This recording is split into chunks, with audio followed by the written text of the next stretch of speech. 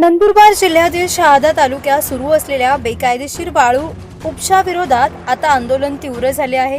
सारंगखेडा येथील तुळशीराम उत्तम कोळी यांनी नाशिक रोड येथे विभागीय आयुक्त कार्यालयासमोर आमरण उपोषण सुरू केले असून वाळू माफियांविरोधात कठोर कारवाईची मागणी केली आहे। शहादा तालुक्यातील विविध नदीपात्रांमध्ये सेक्शन पंप, यांत्रिक बोटी आणि इतर यंत्रसामग्रीच्या साह्याने दिवस रात्र मोठ्या प्रमाणावर बेकायदेशीर वाळू उपसा सुरू असल्याचा आरोप उपोषणकर्ते तुळशीराम कोळी यांनी केलाय। नदीपात्रात पाणीसाठा उपलब्ध असतानाही पर्यावरण नियम धाब्यावर बसवून वाळू माफियांकडून वाळू चोरी सुरू असल्याचा आरोप त्यांनी प्रशासनावर केला।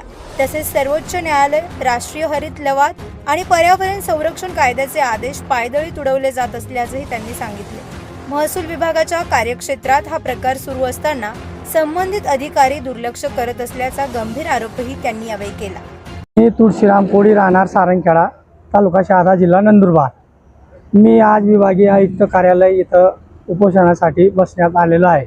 उपोषणाचे मुख्य कारण नंदुरबार जिल्ह्यातून शहादा तालुक्यात 4 वाळू ठेक्यांच्या जाहीर निविदा शासनाने काढलेली आहे, परंतु शासनाने जे अटी शर्ती नियम लागू केलेले आहेत ते न पाळता शासकीय अधिकारी आणि संबंधित ठेकेदार हे अवैधपणे वाळू उपसा रात्रंदिवस करीत आहेत। त्यात प्रमुख म्हणजे महाराष्ट्र आणि राष्ट्रीय लवादा, सुप्रीम कोर्ट असे अनेक कोर्टांनी आणि संस्थांनी जे निदर्शनात आणून दिलेलं आहे की सेक्शन पंप किंवा यांत्रिक बोट याचा वापर करण्यात येऊ नये, त्या गोष्टींच्याकडे दुर्लक्ष करून 4 गटांवर कमीत कमी 20 ते 25 यांत्रिक बोटी आणि सेक्शन पंपचा आणि पोकलेनचा वापर होते।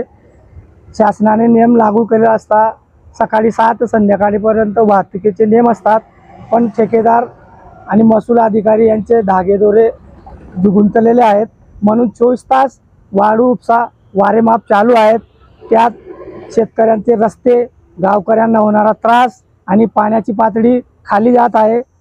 त्यामुळे आमच्या परिसरातले बोरविल असतील, विहिरी असतील यांच्या पाणीचा साठा कमी होत झालेला आहे आणि पर्यावरणाची पण हानी होत आहे।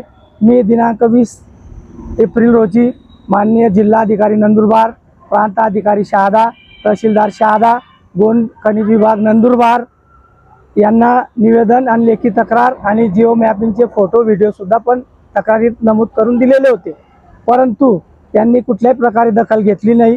मग मी 22 रोजी आपलं विभागीय आयुक्त गेदाम साहेब यांना भेटलो, त्यांनाही निवेदन दिलं, त्यांनी त्या तक्रारीची फोटोकॉपी केली आणि कलेक्टर मॅडमांना पाठवली, परंतु आज पाहतो कुठल्याही प्रकारे कुठल्याही अधिकाऱ्यांनी दखल घेतली नाही किंवा कारवाई केली नाही।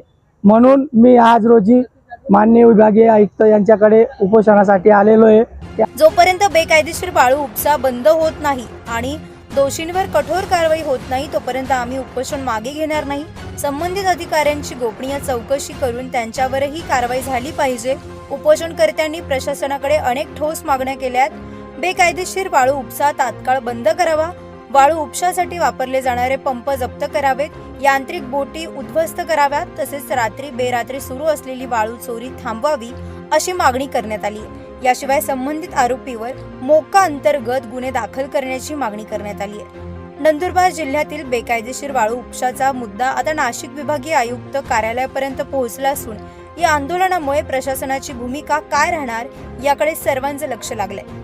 प्रतिनिधी राजेंद्र सूर्यवंशी यांच्या रिपोर्टनुसार।